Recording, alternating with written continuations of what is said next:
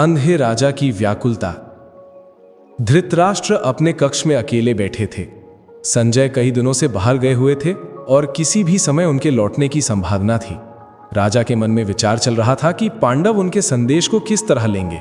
उन्हें यकीन था कि उदार हृदय वाले युधिष्ठिर कभी युद्ध का मार्ग नहीं चुनेंगे। आखिर वो अपने पूज्य बड़ों की हत्या की अनुमति कैसे दे सकते हैं। लेकिन वो निश्चित रूप से कृष्ण की सलाह पर ही कोई कदम उठाएंगे। कृष्ण को समझना बहुत कठिन था।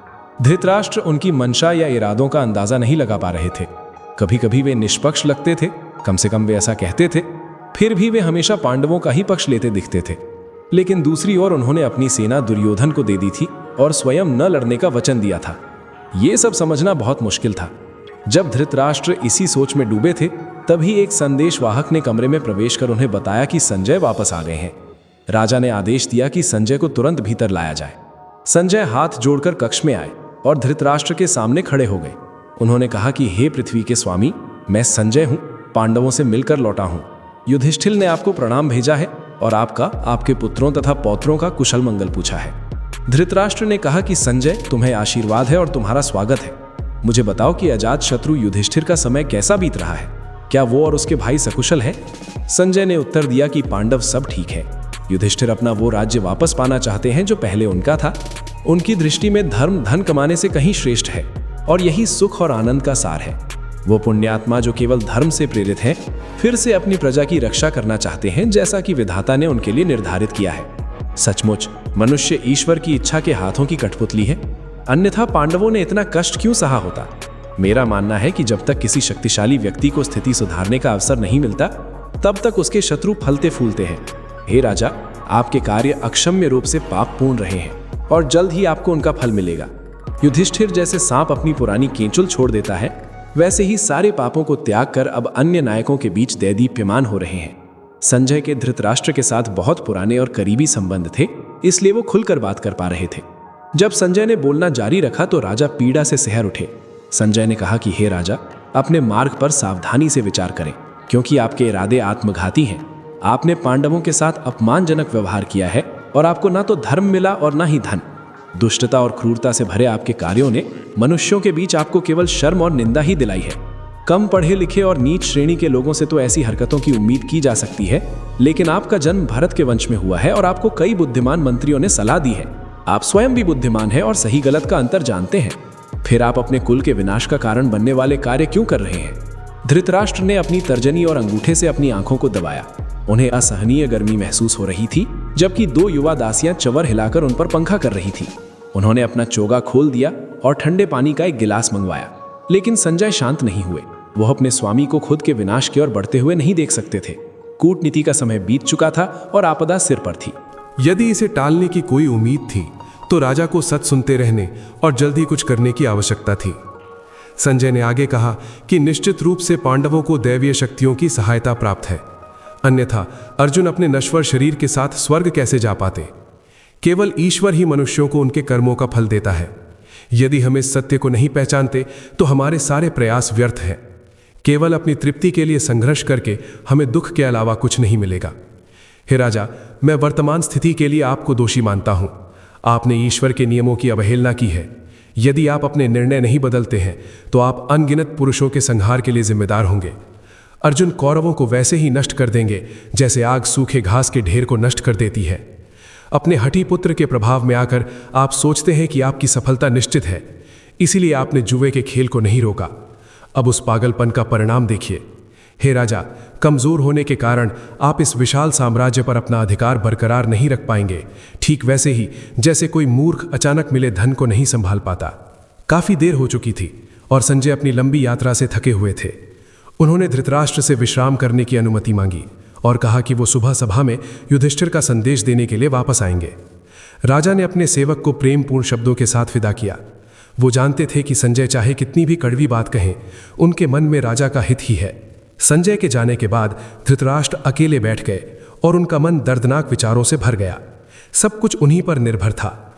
युधिष्ठिर को इंद्रप्रस्थ लौटाना निश्चित रूप से न्याय संगत होता, लेकिन दुर्योधन कभी सहमत नहीं होता। क्या वो उसे रोक पाएंगे? धृतराष्ट्र को सिंहासन संभाली लगभग 20 साल हो गए थे। अब वो पृथ्वी के स्वामी थे, यानी वो और उनके अधिकार प्राप्त प्रतिनिधि दुर्योधन। युधिष्ठिर को उनका राज्य वापस देने का मतलब इस सब का अंत होता। तेजस्वी पांडव जल्द ही अपने चचेरे भाइयों पर अपना वर्चस्व फिर से स्थापित कर लेते। वो और दुर्योधन उनके प्रभाव के आगे फीके पड़ जाते। राजा ने अपने अंगों में थरथराहट महसूस की। इतनी शक्ति हाथ में होने के बाद उसे छिनते हुए देखना मृत्यु से भी बदतर था। हालांकि काफी देर हो चुकी थी, फिर भी धृतराष्ट्र को लगा कि उन्हें विदुर से बात करने की जरूरत है। विदुर जैसा निष्पक्ष और विचारशील परामर्श उन्हें कोई और नहीं दे सकता था। राजा ने विदुर को बुलाने का आदेश दिया और कुछ ही समय में उन्होंने कक्ष में प्रवेश किया। विदुर ने कहा कि हे महान बुद्धिमान, मैं विदुर आपकी आज्ञा पर यहाँ उपस्थित हूँ। मुझे आज्ञा दें, मैं आपकी क्या सेवा कर सकता हूँ। राजा ने उनका गर्मजोशी से स्वागत किया और उन्हें अपने पास बिठाया। उन्होंने गंभीर स्वर में कहा कि हे विदुर, मैंने अभी संजय से बात की है। उन्होंने मेरी कड़ी आलोचना की। उन्होंने अभी तक मुझे ये नहीं बताया कि युधिष्ठिर ने क्या कहा, और अब मैं व्याकुल हूँ। मेरा शरीर जल रहा है और मुझे नींद नहीं आ रही है। मुझे बताओ कि मैं अपनी इस दशा का उपचार कैसे करूं। विदुर, जिन्हें उनकी प्रार्थना और ध्यान से बुलाया गया था, ने उत्तर दिया कि अनिद्रा उसे घेर लेती है जिस पर किसी बलवान व्यक्ति ने हमला किया हो, जो कमजोर हो, जो अपना लक्ष्य पाने में असफल रहा हो, जिसका सब कुछ लूट लिया गया हो, जो काम वासना से ग्रस्त हो या जो चोर हो। हे राजा, मुझे आशा है कि आप इनमें से किसी श्रेणी में नहीं आते और ना ही आप दूसरे के धन के लालची हैं। विदुर राजा की दुविधा को अच्छी तरह जानते थे। उन्होंने अनगिनत मौकों पर उनके साथ इस पर चर्चा की थी और हमेशा वही सलाह दी थी। धृतराष्ट्र ने इसे हमेशा अनसुना किया था। विदुर ने उन्हें बार बार उनके कार्यों के अंतिम परिणाम के बारे में चेतावनी दी थी, वो परिणाम जो अब बिल्कुल करीब था। धृतराष्ट्र स्पष्ट रूप से उस वास्तविकता को महसूस कर रहे थे। राजा ने अपना सिर विदुर की ओर घुमाया और कहा कि हे प्रिय भाई, मुझे ज्ञान की बातें बताओ। वे शब्द कहो जो नैतिक रूप से उत्थान करने वाले हों और मेरे कल्याण के लिए भी हों। अपने भाई की मूर्खता के बावजूद विदुर का उनके प्रति प्रेम कभी कम नहीं हुआ। उन्होंने धैर्यपूर्वक उन्हें उनके भले के लिए सलाह दी, ये प्रार्थना करते हुए कि शायद एक दिन ये अंधा राजा धृतराष्ट्र की मानसिक अंधता के संदर्भ में होश में आ जाए। शायद अब विपत्ति के पास आने पर वो अधिक विचारशील हो जाएं। विदुर ने कहा कि युधिष्ठिर सभी शुभ लक्षणों से संपन्न राजा हैं। वो पूरी दुनिया पर शासन करने के योग्य हैं। आपको उन्हें अपने पास रखना चाहिए था, लेकिन आपने उन्हें निर्वासित कर दिया। आपकी इस वैचारिक अंधता के लिए आपकी निंदा की जाती है हे राजा, जबकि आप जानते हैं कि धर्म क्या है। चूंकि वो किसी का अहित नहीं चाहते, दयालु, क्षमाशील और सत्य प्रेमी हैं, इसलिए युधिष्ठिर आपकी श्रेष्ठता का सम्मान करते हैं और आपके द्वारा दिए गए कष्टों को धैर्यपूर्वक सहते हैं। दुर्योधन को, जो युधिष्ठिर के प्रति शत्रुता रखता है, विश्व का आधिपत्य सौंपकर आप अब शांति और समृद्धि की आशा कैसे कर सकते हैं। विदुर ने स्वयं ऋषियों और मुनियों से बहुत सी शिक्षाएं प्राप्त की थीं और जब भी अवसर मिलता वे उनका सानिध्य खोजते थे। संतों के ज्ञान वचनों को याद करते हुए धृतराष्ट्र को निर्देश देते समय वे और अधिक विनम्र हो गए। राजा ध्यान से सुनते रहे। उसे बुद्धिमान कहा जाता है जिसे क्रोध, उत्साह, अहंकार, वासना या अज्ञानता उसके कर्तव्यों से विचलित नहीं कर सकते और जो जीवन के सर्वोच्च लक्ष्यों पर अडिग रहता है। संतों के प्रति लगाव, निंदनीय पुरुषों की संगति का त्याग और बड़ों के प्रति श्रद्धा रखना भी बुद्धिमान के लक्षण हैं। एक बुद्धिमान व्यक्ति धर्म के अनुसार कार्य करता है। वो उस मार्ग पर चलता है जो उसे इस जीवन और अगले जीवन दोनों में लाभ पहुंचाता है, न कि उस पर जो केवल तात्कालिक सुख देता है। बुद्धिमान लोग जो खो गया है उसका शोक नहीं करते, न ही वे अप्राप्य की लालसा करते हैं। वे नेक कार्यों में आनंदित होते हैं और पाप से दूर रहते हैं। बुद्धिमान ने संसार को क्षण भंगुर और दुखद समझते हैं। वे ईश्वर की सर्वोच्चता और स्वयं को उनके सेवक के रूप में पहचानते हैं। उनके सभी कार्यों का उद्देश्य भगवान को प्रसन्न करना और उनके शाश्वत धाम को प्राप्त करना होता है। दूसरी ओर एक मूर्ख अज्ञानी, व्यर्थ और गरीब होने के बावजूद अहंकारी होता है। मूर्ख पाप के माध्यम से समृद्धि प्राप्त करने की कोशिश करते हैं और दूसरों की संपत्ति की लालसा करते हैं। छल और हिंसा का सहारा लेकर एक मूर्ख अपने नापाक उद्देश्यों को पूरा करने के लिए दूसरों को चोट पहुंचाने में कुछ भी बुरा नहीं समझता। मूर्ख उस चीज़ को त्याग देता है जिसे प्राप्त करना चाहिए और उस चीज़ की इच्छा करता है जिसे नहीं करना चाहिए। वो अधर्मी है, पूर्वजों को कोई अर्पण नहीं करता और केवल खुद की पूजा करता है। अभिमानी, क्रोधी और कठोर वाणी वाला, उसमें विवेक की कमी होती है और वो उन लोगों से दोस्ती करता है जो शत्रु होने चाहिए, जबकि उनसे नफरत करता है जो दोस्ती के योग्य है। अपने प्रयासों में विफल होने पर वो दूसरों को दोष देता है और निर्दोषों को दंड देता है। ऐसे पुरुष अंततः जड़ से नष्ट हो जाते हैं। विदुर ने काफी रात गए तक धृतराष्ट्र को उपदेश दिया और उन्होंने अपनी पूरी कोशिश की कि बूढ़े राजा का मन सच्चाई और धर्म की राह पर वापस आ जाए। धृतराष्ट्र के लिए ये बातें कोई नई नहीं थी। कुरुवंश के राजा होने के नाते उन्होंने ऐसी शिक्षाएं पहले भी कई बार सुनी थी। वे विदुर की हर बात से सहमत थे और उन्हें सुनने में उन्हें आनंद भी आ रहा था। विदुर जब बोल रहे थे तब राजा को अपनी मूर्खता और पापों का एहसास हुआ और उन्होंने अपनी गलतियां खुलकर स्वीकार भी की। उन्होंने विदुर को और भी बताने के लिए प्रोत्साहित किया और एक के बाद एक कई सवाल पूछे। रात का अंत विदुर की उस चेतावनी के साथ हुआ जिसमें उन्होंने साफ कहा कि अगर राजा ने पांडवों के साथ न्याय नहीं किया तो इसके बहुत भयानक नतीजे निकलेंगे। लेकिन धृतराष्ट्र को अंदर ही अंदर ये पता था कि विदुर की इन ज्ञान भरी बातों पर अमल करने की ताकत उनमें नहीं है। वे जानते थे कि भले ही उनका मन सही काम करने का हो, लेकिन दुर्योधन की बात काटने का साहस उनमें कभी नहीं आएगा। उन्हें यह भी पता था कि अगली सुबह जब वे राजसभा में राजाओं के बीच बैठेंगे तो वे युधिष्ठिर की मांगों को स्वीकार नहीं कर पाएंगे। विदुर राजा की इस लाचारी को समझ रहे थे। उन्होंने महसूस किया कि उनकी बातों का राजा पर बहुत कम असर हो रहा है। इसलिए उन्होंने सोचा कि धृतराष्ट्र को अब किसी ऐसी शख्सियत से सुनने की जरूरत है जो उनसे कहीं ज्यादा आध्यात्मिक शक्ति रखता हो। कई घंटों तक बात करने के बाद विदुर ने अंत में कहा कि हे राजन, मैं एक शूद्र हूं और इससे आगे मैं आपको उपदेश नहीं दे सकता, लेकिन मैं एक ऐसे व्यक्ति को जानता हूं जो ये कर सकते हैं। परम ज्ञानी ऋषि सनत सुजात ने मुझे कई बार वेदों के शाश्वत सत्य की शिक्षा दी है। मैं उनका आह्वान करूंगा और वे आपको उपदेश देने के लिए प्रकट होंगे। उन ऋषि ने अपना पूरा जीवन ब्रह्मचर्य का पालन करते हुए बिताया है। उनके शब्द बहुत शक्तिशाली और पवित्र है। अगर आपकी अनुमति हो तो मैं उन्हें बुलाऊं। धृतराष्ट्र ने अपनी सहमति दे दी और विदुर ने मन ही मन सनत सुजात का ध्यान करते हुए समाधि लगा ली।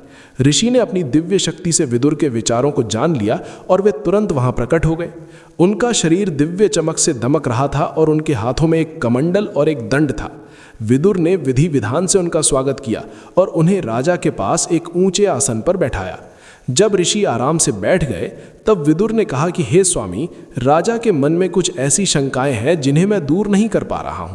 अगर आपकी इच्छा हो तो कृपया इन्हें उन प्राचीन सत्यों का ज्ञान दे जिनका आपने अनुभव किया है। केवल आप ही इन्हें दुविधाओं से मुक्त कर धर्म के मार्ग पर अडिग कर सकते हैं।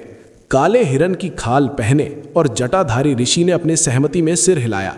उनकी बोलने की इच्छा देखकर विदुर ने राजा से कहा कि वे अपने प्रश्न ऋषि के सामने रखें। धृतराष्ट्र ने कहा कि हे ऋषिवर सनत सुजात, कृपया मेरा मार्गदर्शन करें और मुझे बताएं कि मैं अपने जीवन के परम लक्ष्य को कैसे प्राप्त कर सकता हूं। मृत्यु तो हर जीव को आती है, लेकिन मैंने सुना है कि वास्तव में मृत्यु जैसा कुछ नहीं होता है। तो फिर मुझे कैसे कर्म करने चाहिए ताकि मैं इस दुनिया में जन्म और मृत्यु के चक्कर में दोबारा न फंसूं और मृत्यु पर विजय पाने का रहस्य जान सकूं? सनत सुजात ने उत्तर दिया कि आप में पूछा है कि मृत्यु से कैसे बचा जा सकता है और अमरता कैसे प्राप्त होती है। हे राजन, ध्यान से सुने, मैं अपनी पूरी समझ के अनुसार आपको बताऊंगा। कहा जाता है कि अज्ञान ही मृत्यु है और जहां अज्ञान नहीं होता वहां मृत्यु का भी अस्तित्व नहीं होता। जो व्यक्ति वासना, क्रोध और लालच के वश में होता है वो यमराज के अधीन हो जाता है और बार बार नरक के दुखों को भोगता है। वो घोर कष्ट सहने के बाद फिर से पशुओं या इंसानों के रूप में जन्म लेकर इसी चक्र में फंसा रहता है। लेकिन जो अपनी इंद्रियों पर नियंत्रण रखता है और उनकी इच्छाओं के पीछे नहीं भागता, उसके लिए मृत्यु एक मामूली तिनके के समान है। इसलिए मनुष्य को अपने मन और इंद्रियों को वश में करना चाहिए और उस शाश्वत ज्ञान को प्राप्त करना चाहिए जो शरीर से अलग आत्मा की पहचान कराता है। धृतराष्ट्र ने पूछा कि जो लोग अपनी इंद्रियों को वश में कर लेते हैं वे किन लोगों को प्राप्त करते हैं? हे ऋषि, आपकी बातें सुनकर मेरी तृप्ति नहीं हुई है। कृपया बताएं कि इस दुनिया में रहते हुए मनुष्य को कैसा आचरण करना चाहिए। सनत सुजात जमीन पर पालथी मारकर बैठ गए और अपनी उंगलियों से ज्ञान मुद्रा बनाते हुए बोले कि हे राजन, मनुष्य को परमात्मा को प्रसन्न करने के लिए तपस्या और यज्ञ करने चाहिए। यदि आप ज्ञान के मार्ग पर चलते हैं तो आप उन परम और शाश्वत लोकों को प्राप्त करेंगे जहां से कोई वापस नहीं लौटता। व्यक्ति को हमेशा आध्यात्मिक प्रगति के लिए प्रयास करते रहना चाहिए और खुद को केवल ये भौतिक शरीर नहीं समझना चाहिए। ऋषि की बातें सुनकर धृतराष्ट्र थोड़ा झिझक गए। वे इन शिक्षाओं को पहले से जानते थे और उन्हें पता था कि ऋषि सच कह रहे हैं। धृतराष्ट्र को यह भी पता था कि उनके अपने कर्म इन शिक्षाओं के बिल्कुल उलट रहे हैं। इससे भी बुरी बात यह थी कि उन्हें खुद पर भरोसा नहीं था कि वे बदल पाएंगे। उन्हें लगा कि अपने पापों के प्रायश्चित के लिए उन्हें बहुत कठिन तपस्या करनी होगी। शायद तभी वे इन बातों को जीवन में उतार पाएंगे।